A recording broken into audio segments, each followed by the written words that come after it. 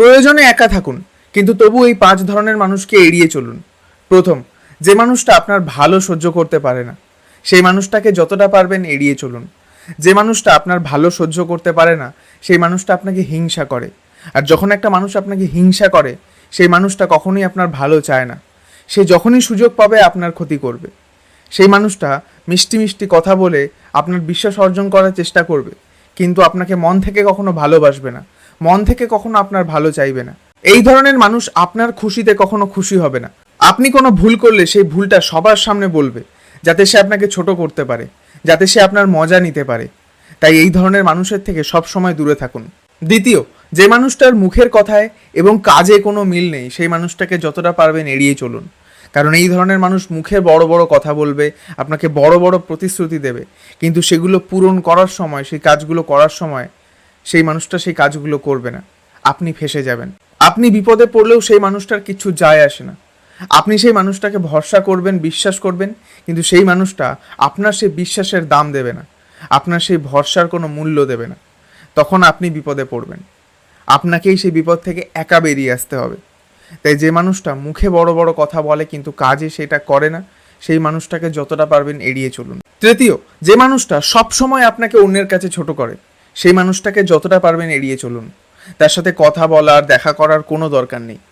যখন একজন মানুষের কাছে আপনার আত্মসম্মানটাই নেই, যখন একজন মানুষ আপনাকে এত ছোট নজরে দেখে, যখন একজন মানুষের কাছে আপনার ইমেজটা কোনো ম্যাটারই করে না, তখন সেই মানুষটার সাথে মেশার, কথা বলার কোনো দরকার নেই। তার সাথে সম্পর্ক রাখারই কোনো প্রয়োজন নেই। যখন একজন মানুষ আপনাকে অন্যের কাছে ছোট করে দিচ্ছে, তখন আপনার বদনাম হয়ে যাচ্ছে, এবং আপনি এই বদনামটা হয়তো ডিজার্ভ করেন না। তাই এই ধরনের মানুষকে যত কম অ্যাটেনশন দেবেন ততই ভালো। 4, যে মানুষটা শুধুমাত্র নিজের প্রয়োজনে আপনার সাথে মেশে, সেই মানুষটাকে যতটা পারবেন এড়িয়ে চলুন। প্রত্যেকটা মানুষেরই কাউকে না কাউকে প্রয়োজন কোনো না কোনো কাজে, কিন্তু যদি একটা মানুষ শুধুমাত্র আপনাকে নিজের প্রয়োজনেই ব্যবহার করে, তাহলে সেই মানুষটার সাথে যোগাযোগ রাখার কোনো দরকার নেই।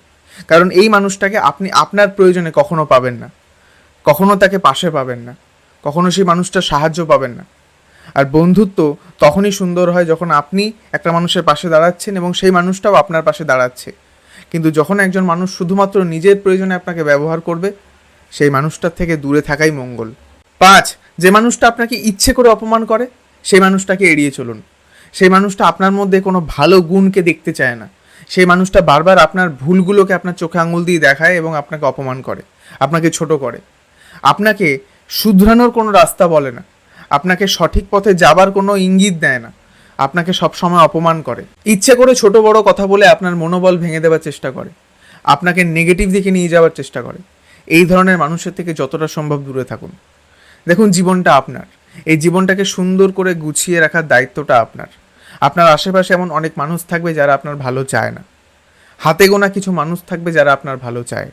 সেই মানুষগুলোকে আপনার নিজের জীবনে জায়গা দিন, আর যারা আপনার ক্ষতি করার চেষ্টা করছে তাদেরকে নিজের জীবন থেকে বার করে দিন।